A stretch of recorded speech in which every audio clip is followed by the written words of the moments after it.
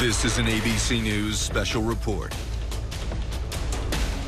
I'm Whit Johnson in New York, and we're coming on the air because the jury in the Kyle Rittenhouse trial has reached a verdict. Jurors making that decision on their fourth day of deliberations, the trial being closely watched and scrutinized across the country. Rittenhouse charged with shooting and killing two protesters and wounding a third man with an AR-15 in Kenosha, Wisconsin. That was back in August of 2020. And there you're looking at a live picture right now. Kyle Rittenhouse in the courtroom. The judge has called everybody back with that information that there has been a verdict. Rittenhouse was 17 at the time. His attorneys claiming he acted in self-defense.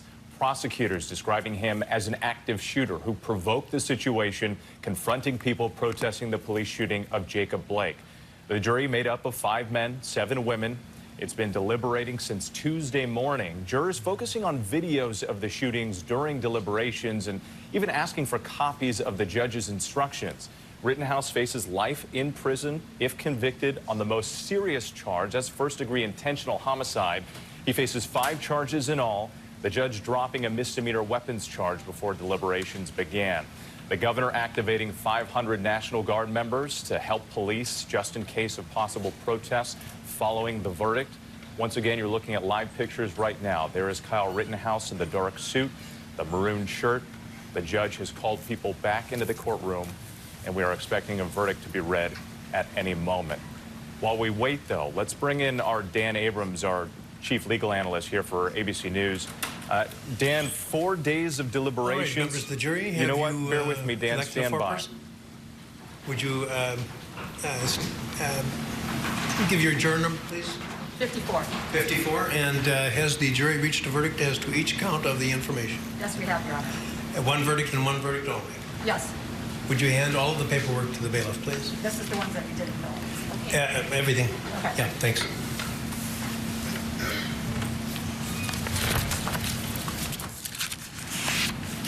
May I see that too, please, Mrs.? And you're listening to Judge Bruce Schroeder right there, getting the instructions from the jury, saying that they have, in fact, reached a verdict.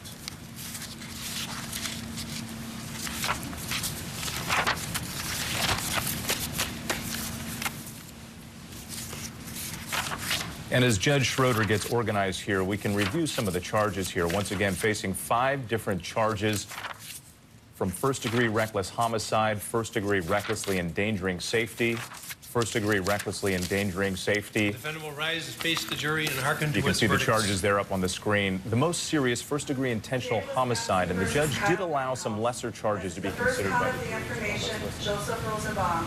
We, the jury, find the defendant, Kyle H. Rittenhouse, not guilty. As to the second count of the information, Richard McGinnis, we, the jury, find the defendant, Kyle H. Rittenhouse, not guilty. As to the third count of the information, unknown male, we, the jury, find the defendant, Kyle H. Rittenhouse, not guilty. As to the fourth count of the information, Anthony Huber, we, the jury, find the defendant, Kyle H. Rittenhouse, not guilty. As to the fifth count of the information, Gage Grosskreutz, we, the jury, find the defendant, Kyle H. Rittenhouse, not guilty.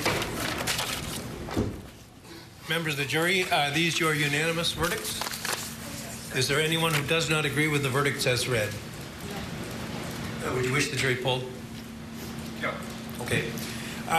Okay, folks, your job is done, and we started just about 3 weeks ago. And I told you it could last 2 weeks and 2 days. This is 2 weeks. This is 3 weeks. You were a wonderful jury to work with. You were punctual. You were attentive. And the forgotten 6 over here who had a very difficult job of keeping from discussing the case during the time that they were sequestered as well. All of you, I couldn't have asked for a better jury to work with. And it has truly been my pleasure. I think, without commenting on your verdict, the verdicts themselves, just in terms of your the attentiveness and the cooperation that you gave to us, justifies the confidence that the founders of our country placed in you. So I dismiss you at this time. You're never under any obligation to discuss any aspect of this case with anyone. You're welcome to do so as little or as much as you want. The media have requested, a number of media sources have requested the ability to talk to you, and they have been allowed to present presentations to you that you'll get in writing, and it's entirely up to you whether you want to contact them. They are not to contact you. If anyone does contact you, and just tell them you're not interested in discussing it, if that's the case. And if anyone persists in doing so, report that to us and it will be addressed, I assure you. At the beginning of the trial, there was some concern about information and your safety, and I assure you that we will take every measure to ensure that that is your concerns are addressed and respected. I'm going to talk to you for just a minute, not about anything to do with the case, but just about that sole issue. And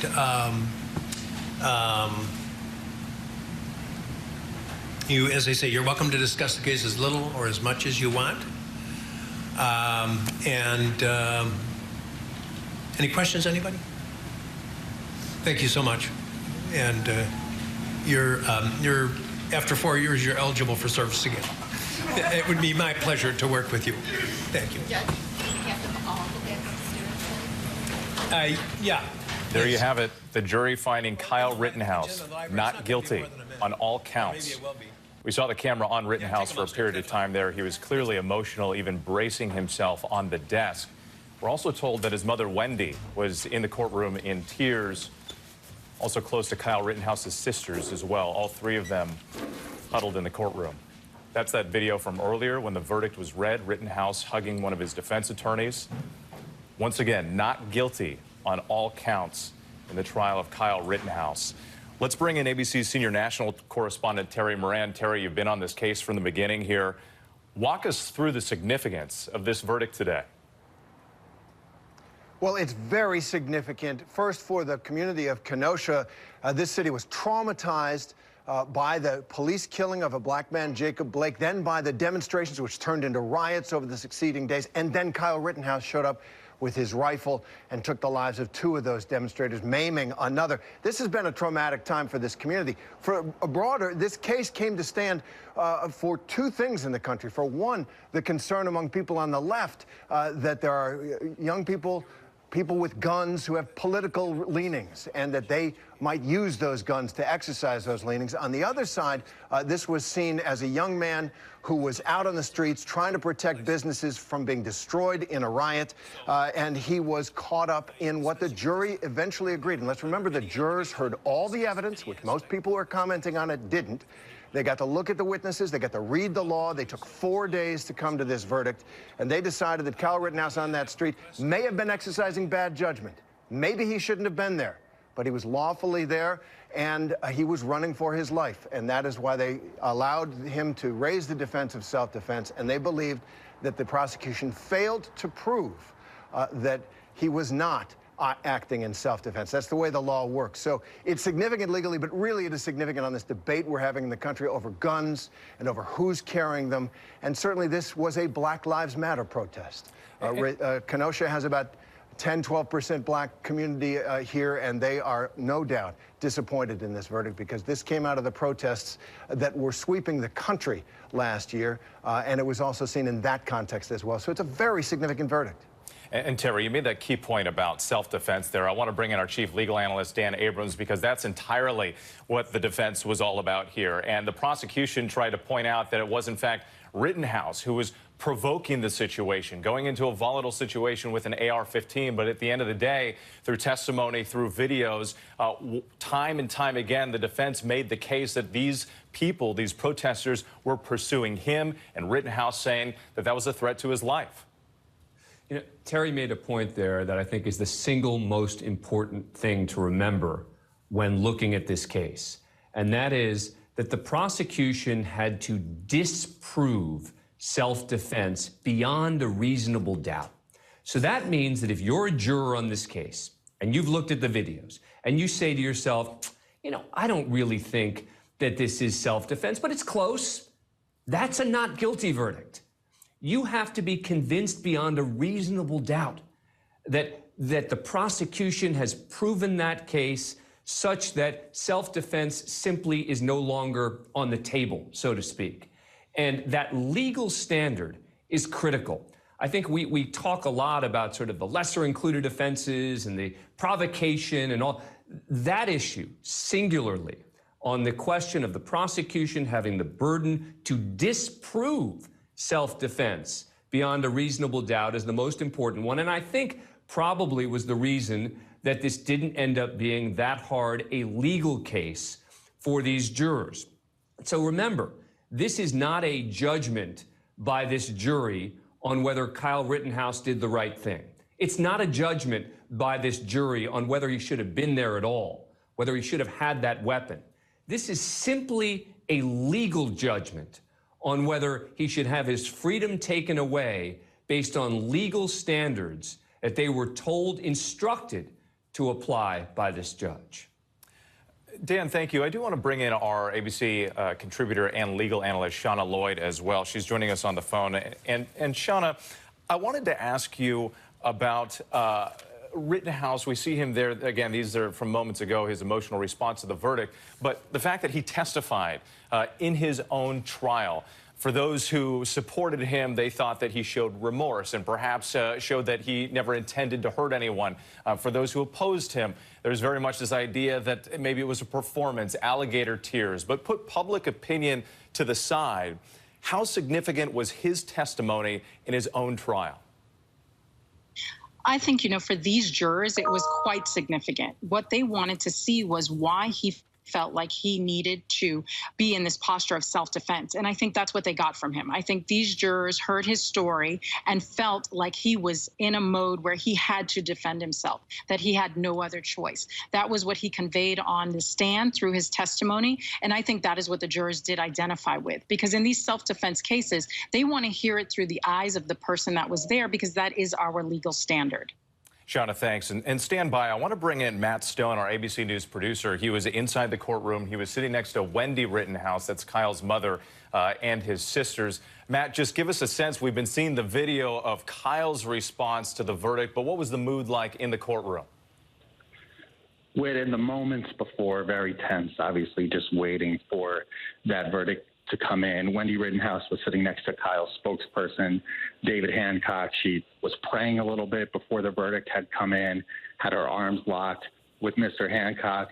And Kyle's two sisters also sitting next to mom, both kind of had their hands shaking, very nervous. And that, you know, you saw obviously that relief once the verdict was announced. It was very emotional for the Rittenhouse family.